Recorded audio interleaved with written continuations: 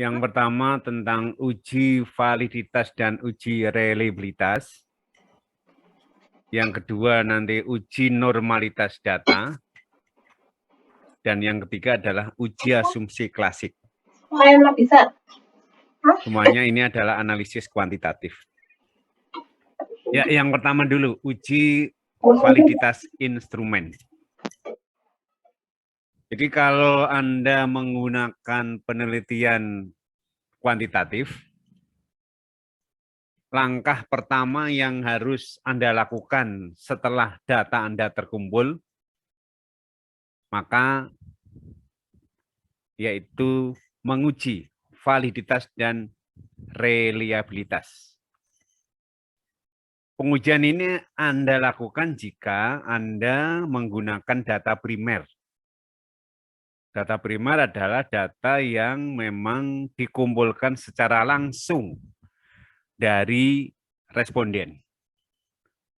Nah, di dalam mengumpulkan secara langsung ini tentu Anda butuh namanya instrumen. Salah satu instrumen yang mungkin Anda pakai adalah kuesioner atau angket. Nah, karena angket ini adalah belum terstandar, karena Anda yang membuat, Anda yang mengembangkan, tentu alat yang Anda kembangkan ini harus memenuhi standar penelitian atau standar ilmiah. Yang mana syarat instrumen ini harus lolos dari validitas dan reliabilitas.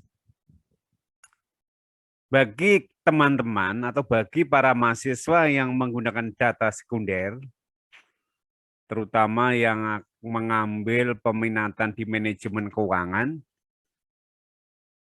tentu langkah uji validitas dan reliabilitas tidak perlu Anda lakukan.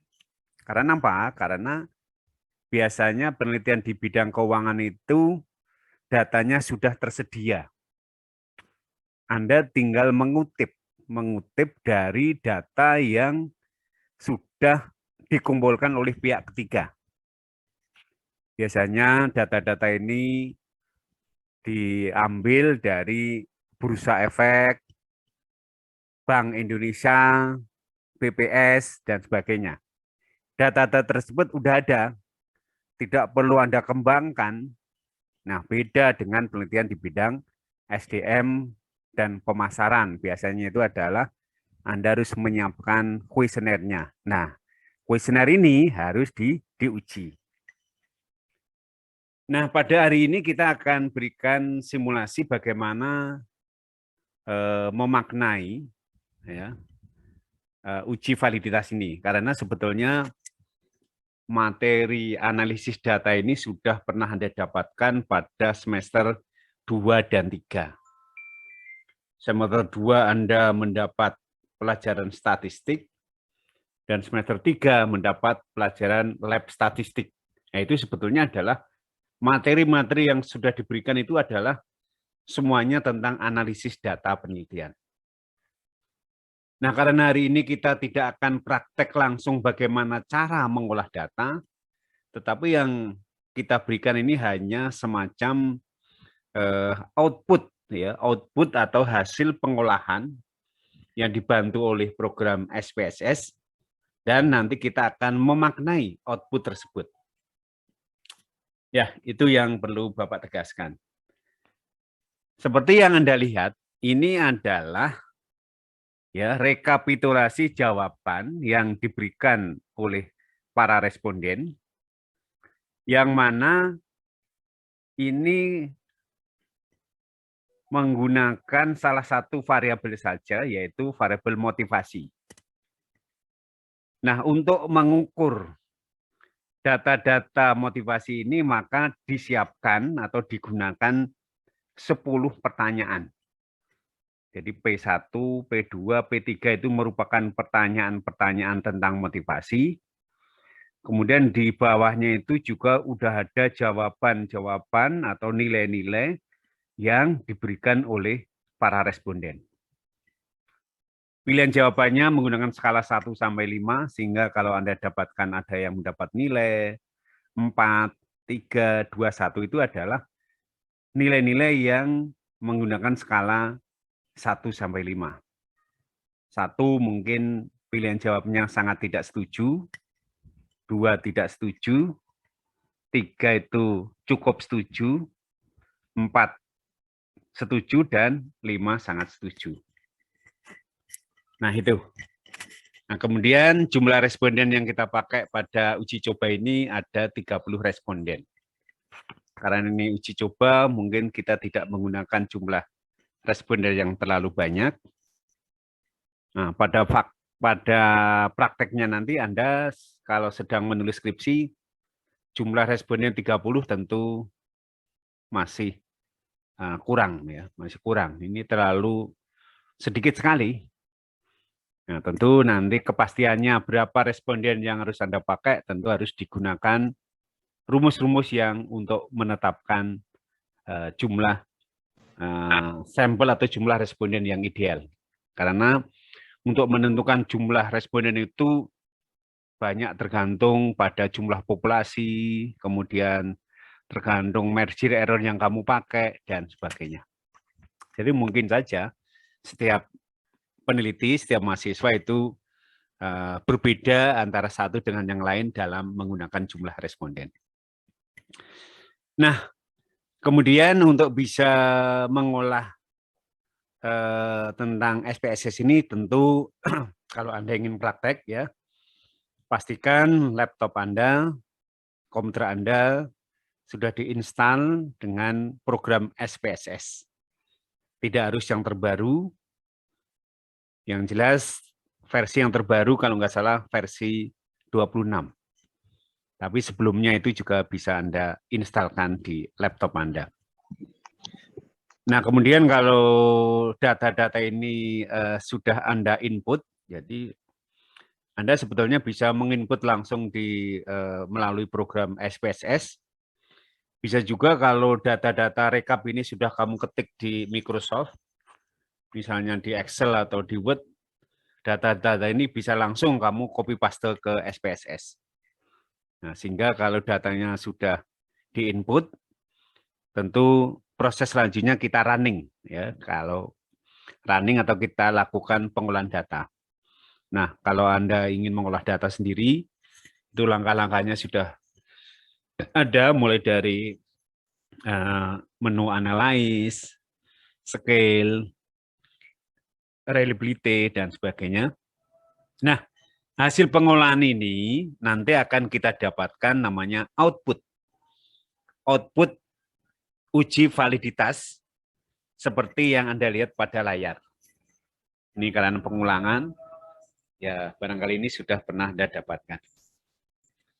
Ini salah satu output, ya, output yang mungkin bisa kita pakai untuk menguji validitas. Karena tadi yang kita uji ada 10 pertanyaan, maka dari output ini juga kita akan mendapatkan sebanyak nilai korelasi sebanyak 10 pertanyaan juga.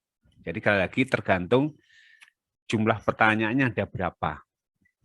Kalau ada 10 ya nanti akan muncul nilai korelasi sebanyak 10. Kalau pertanyaannya 15 ya dengan sendirinya akan muncul korelasi sebanyak 15. Anda nggak usah bingung, nggak usah ragu-ragu. Yang patut kita perhatikan di dalam uji validitas ini terutama pada kolom yang nama kolomnya adalah corrected item total correlation. Nah, yang Bapak beri warna merah. Nah, itu adalah merupakan nilai-nilai korelasi yang akan kita analisis untuk mengetahui apakah pertanyaan-pertanyaan yang Anda buat itu sudah valid atau belum. Nah, ini kita sebut nilai korelasi butir. Nah, di dalam analisis ini nanti kita tempatkan sebagai R hitung. Jadi R itu lambang dari korelasi. Ya, kalau kita sebut R hitung sebetulnya adalah suatu nilai korelasi yang diperoleh dari hasil perhitungan.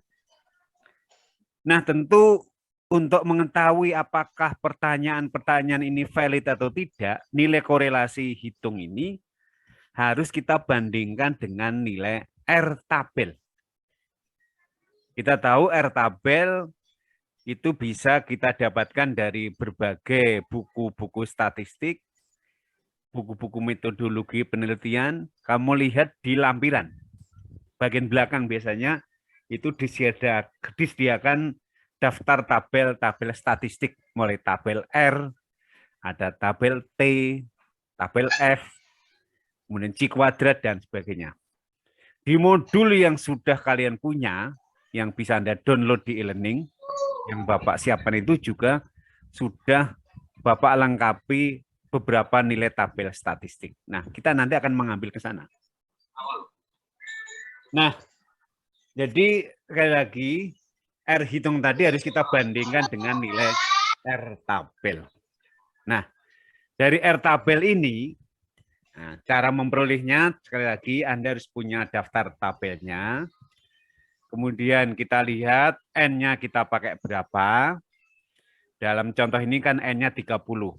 Ya. Kemudian taraf signifikan yang kita pakai 5%, memang itu standarnya 15%. Maka nilai R tabel yang kita dapatkan sebesar 0,361. Nah, 0,361. Nah, kemudian untuk membuat kesimpulan atau menyimpulkan, yaitu dengan jalan membandingkan antara nilai R hitung masing-masing butir pertanyaan tadi dengan R tabel. R tabel tadi udah kita cari 0,361. Nah, jika nilai R hitung lebih besar R tabel, maka pertanyaan yang kita buat itu sudah valid, sudah memenuhi ya.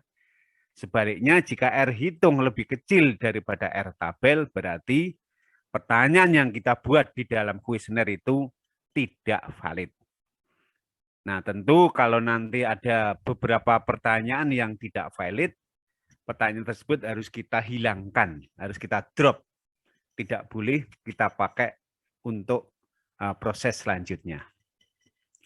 Nah, baik, kita akan mulai, kita menguji masing-masing pertanyaan, supaya kita nanti akan mendapatkan mana-mana pertanyaan yang valid dan mana-mana pertanyaan yang tidak valid. Yang pertama, kita lihat untuk pertanyaan nomor 1, P1. Nilainya adalah 0,430. Kemudian nilai ini kita bandingkan dengan 0,361 tadi, nilai tabel tadi. Nah, kalau kita perhatikan nilai 0,430 itu tentu lebih besar, ya lebih besar daripada 0,361. Ya, Anda lihat, bandingkan aja angkanya. 0,430 dengan 0,361. Kamu kasih tanda, berarti tandanya lebih besar. Nah, sesuai ketentuan tadi, kalau R hitung lebih besar R tabel, berarti pertanyaan nomor 1 sudah valid. Kita lanjut pertanyaan nomor 2. Nilai R hitungnya adalah 0,644. Kita bandingkan dengan 0,361.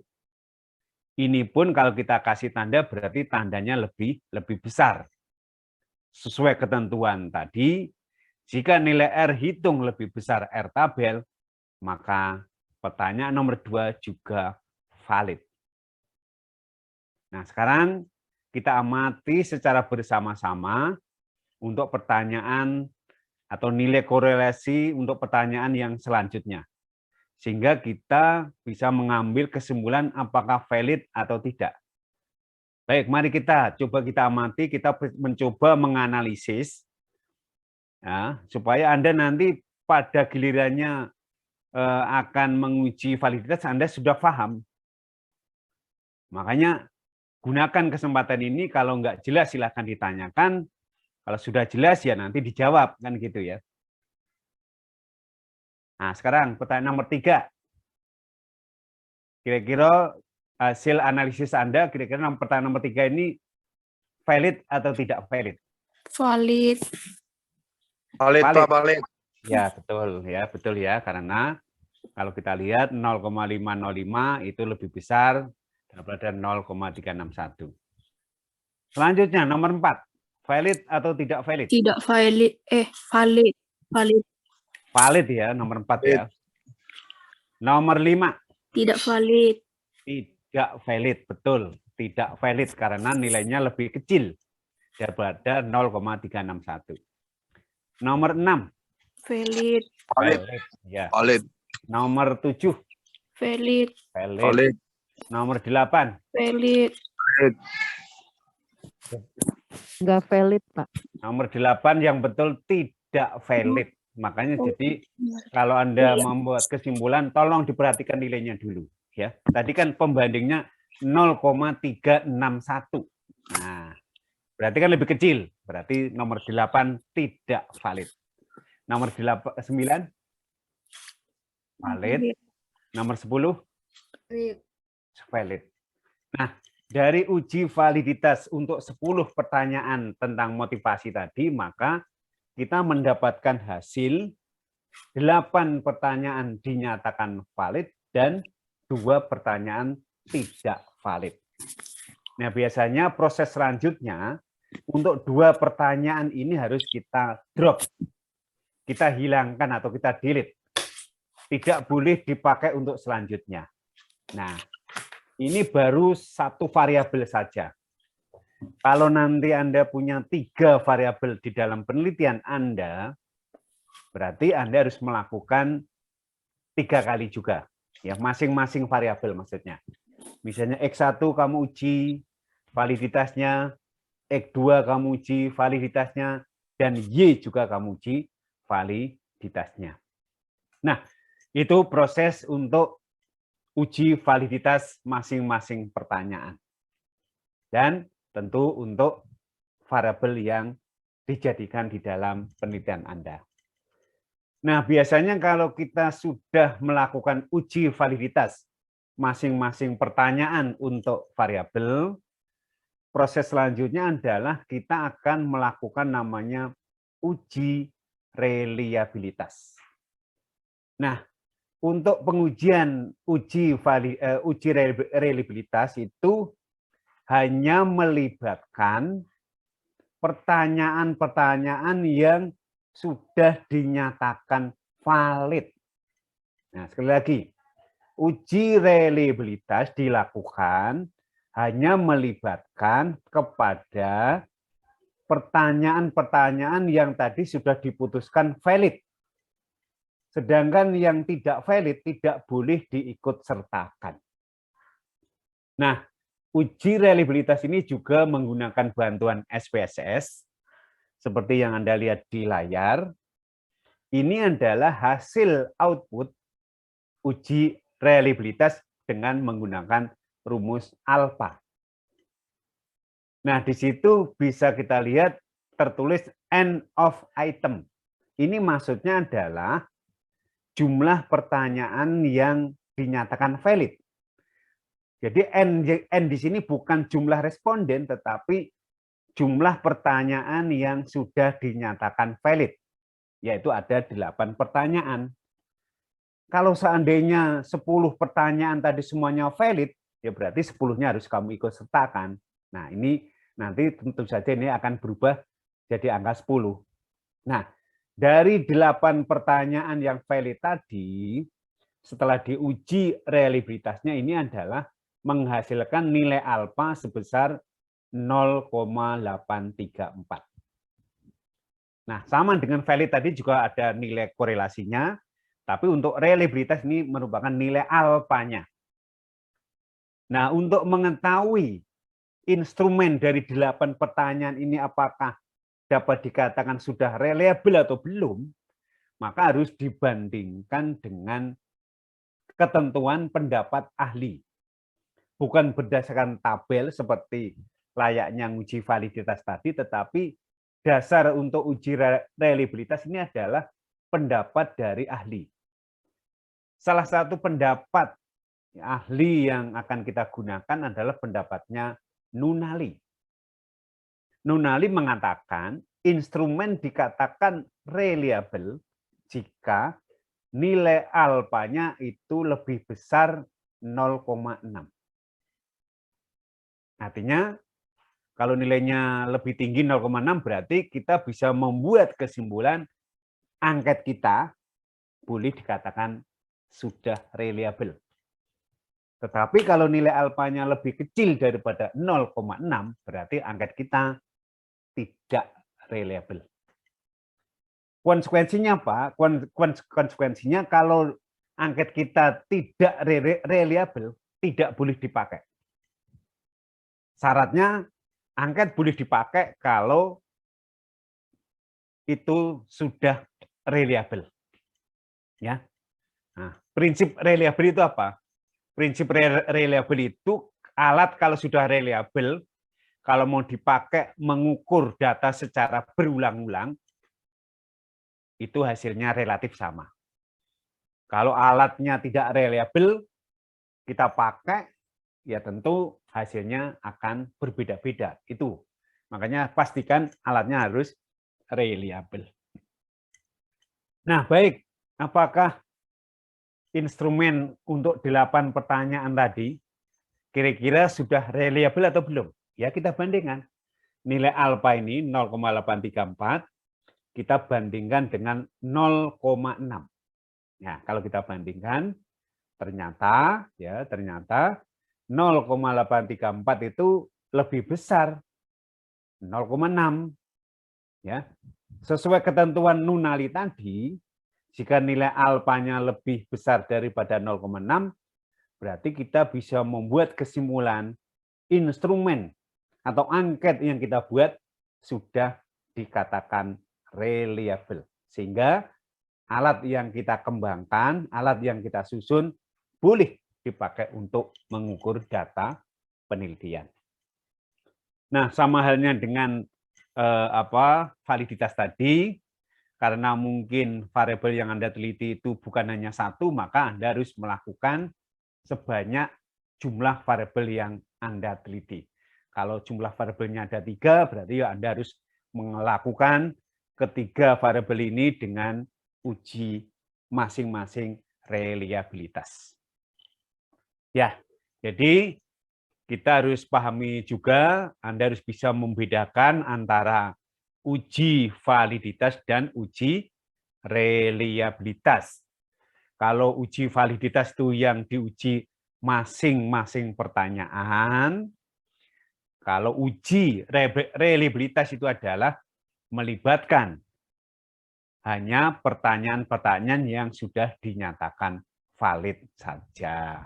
Ya, itu materi yang pertama. Nah, kemudian sebelum kita lanjutkan ke materi yang kedua, ada pertanyaan yang sering ditanyakan kepada para mahasiswa. Kenapa kok muncul ada yang pertanyaan, ada yang valid, ada yang tidak valid? Dengan kata lain, apa sih yang menyebabkan, faktor apa sih yang menyebabkan kenapa kok ada yang valid, ada yang tidak? Ada 2 faktor yang mungkin sangat memengaruhi kevalidan suatu pertanyaan. Yang pertama, biasanya ketidakvalidan pertanyaan ini disebabkan dari pertanyaan itu sendiri. Apakah pertanyaan di dalam angket yang kalian susun nanti itu dipahami oleh para responden atau tidak? Kalau pertanyaannya tidak dipahami oleh para responden, sudah dipastikan jawaban dari responden pun akan ngawur. Akan dijawab secara asal-asalan. Nah, kalau ini terjadi, kemungkinan kalau pada saat diuji validitasnya ini menyebabkan tidak valid. Atau kadang-kadang pertanyaan kita itu pertanyaan yang mungkin jawabannya itu sudah pasti sudah ketahuan. Nah, biasanya pertanyaan-pertanyaan yang sudah tahu jawabannya itu pertanyaan yang di dalam pernyataan itu selalu ada kata sebaiknya atau apa ya, seharusnya. Jadi nanti kalau Anda membuat pertanyaan jangan menggunakan kata harus dan jangan kata sebaiknya. Karena kalau Anda menampilkan atau menambahkan kata harus, Anda itu bukan mengukur data yang terjadi, tetapi mengukur data yang seharusnya. Padahal penelitian yang betul itu adalah mengukur data yang terjadi, data yang dirasakan, bukan data yang ideal, bukan data yang seharusnya. Saya beri contoh, misalnya begini. Kamu membuat pertanyaan, misalnya begini. Setiap pegawai harus datang, misalnya setiap pegawai atau setiap pekerja itu harus datang tepat waktu. Karena ada kata harus, pasti semua responden akan memberi jawaban sangat setuju. Pasti. Karena ada kata harus. Ya, itu kan idealnya begitu. Tapi kan kenyataannya tidak semua para pegawai itu datang tepat waktu. Kadang-kadang ada yang tepat waktu. Kadang-kadang ada yang mungkin bolos. Kadang-kadang ada yang mungkin telat. Nah, kalau itu terjadi, nah maka jawabannya akan seragam. Oleh karena itu, di dalam membuat pertanyaan itu hindari kata harus atau sebaiknya. Sehingga jawabannya nanti akan lebih bervariasi. Ya, kalau misalnya ada karyawan, oh kelihatannya saya itu kadang-kadang juga datangnya agak terlambat juga. Nah, kalau dia punya persepsi seperti itu kan mungkin dia akan tidak memberikan jawaban sangat setuju, mungkin milih setuju. Nah, kan gitu. Nah, itu. Nah, itu kalau pertanyaan-pertanyaan yang seperti Bapak sampaikan, itu pasti nanti kalau diuji pasti tidak valid. Karena jawabannya seragam, pilihan jawabannya seragam, sama. Jadi jawaban yang baik itu harus bervariasi. Itu baru jawaban yang oke. Itu penyebab yang pertama.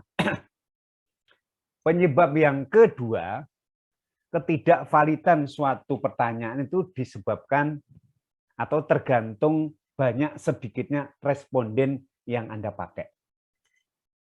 Semakin sedikit responden yang Anda pakai, ketidakvalidan suatu pertanyaan semakin besar. Sebaliknya, semakin banyak responden yang kalian pakai, maka ketidakvalidan suatu pertanyaan semakin kecil. Bahkan semuanya boleh dikatakan valid kalau Anda menggunakan jumlah responden yang banyak. Sebagai pembanding misalnya, di dalam contoh ini tadi menggunakan 30 responden, menghasilkan 2 pertanyaan tidak valid. Misalnya kalau kita menggunakan jumlah responden katakanlah 80, bisa jadi yang 2 pertanyaan yang tidak valid tadi menjadi valid.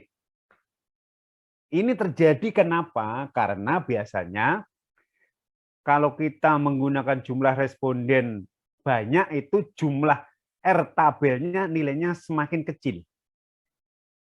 Contoh tadi kalau N-nya menggunakan 30, nilai tabelnya 0,361. Kalau kita menggunakan misalnya responden 80, bisa jadi nilai R tabelnya mungkin 0,1 sekian. Nah, sehingga ada beberapa pertanyaan yang tadinya tidak valid menjadi valid. Nah, itulah kenapa kita atau kenapa Bapak atau dosen pembimbing nanti selalu menyarankan bahwa menggunakan jumlah responden banyak itu tujuannya salah satunya untuk supaya pada saat uji validitas itu menghasilkan pertanyaan-pertanyaan yang banyak yang valid. itu terkait dengan materi validitas dan reliabilitas. Ya, sebelum kita lanjutkan ke materi tentang uji normalitas data,